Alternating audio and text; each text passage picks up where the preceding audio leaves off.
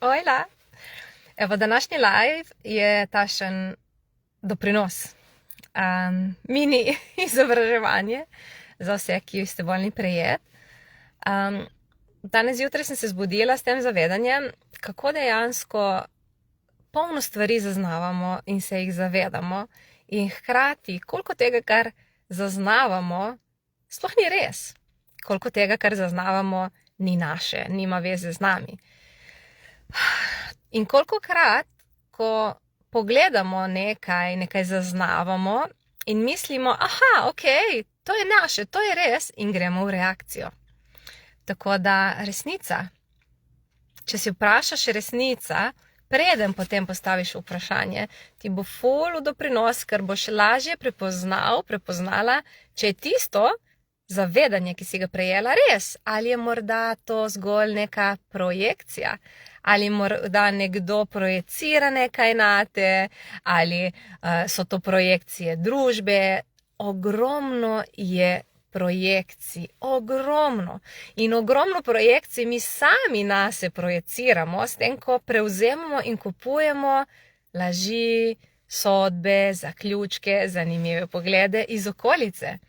Torej, kakšno bi bilo tvoje življenje, če bi preden kupiš zavedanje, ki se predstavi, si zgolj vprašala, ok, resnica, je to res?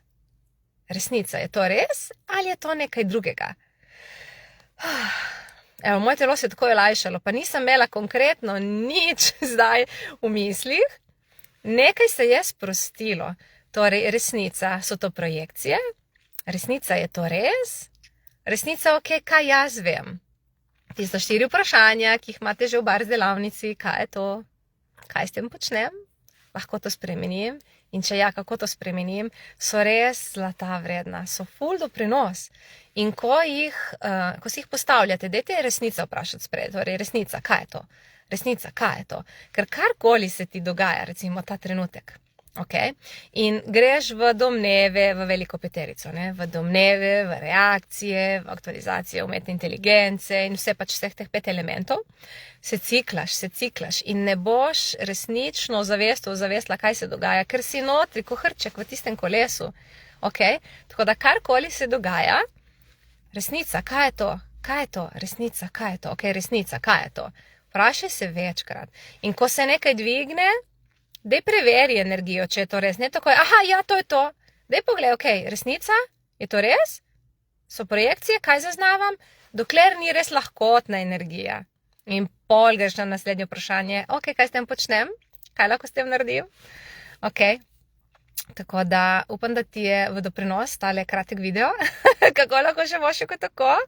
In kakšno povabilo je lahko ta video zate, da res preveriš svoje zavedanje, preveriš, kaj zaznavaš, ker resnično 98% vsega sploh ni tvoje, nima veze s tabo, ti to zgolj zaznavaš, daj si priznanje, da zaznavaš, in če si postavljaš dodatna vprašanja v zvezi s tem, kar zaznavaš, se ti bo razkrila jasnost, boš imela več jasnosti, kaj je res. In kaj je tisto, kar mogoče nekdo drugi želi, da ti misliš? Kaj nekdo drugi projicira nate, zato da greš v reakcijo, ker mogoče bo imela od tega korist. Tako da uporabljate orodja. Access Consciousness orodja so res čudovita in če jih uporabljate tako, kot so bila snovana, torej za ustvarjanje več zavesti, za ustvarjanje več zavedanja, boste imeli bolj lahkotno življenje. Če boste pa orodje uporabljali iz protizavesti, iz ustvarjanja manj, potem se lahko to prej tudi obrne proti vam. Tako da zakaj bi si ustvarjali sranje sami sebi? Dajte uporabljati orodje iz zavesti in boste imeli tudi vi vedno več lahkotnosti, ne glede na to, kaj se pojavi in ne glede na to, kako se predstavi. Tako da naredite si čudovit dan in resnica, kaj lahko danes izberem, da si ne glede na vreme, ne glede na to počutje, ne glede na to, kaj se mi ta trenutek dogaja, ne glede na to, kaj me čaka, da si ustvarim več lahkotnosti. Kaj lahko sem danes? Kaj lahko izberem, da si dovolim biti potenca, kar v resnici sem? Ja, in vse, kar vam to ne dopušča, right and wrong, good and bad, potem pokon 100 shorts, boys, poets, basis, creations and beyonds. Basics and beyonds, oh my god. Ajde, naredite si lep dan in kaj bi bilo potrebno, da ta live poslušate večkrat in uporabljate orodje. Maša ima vas rada. Čau, čau.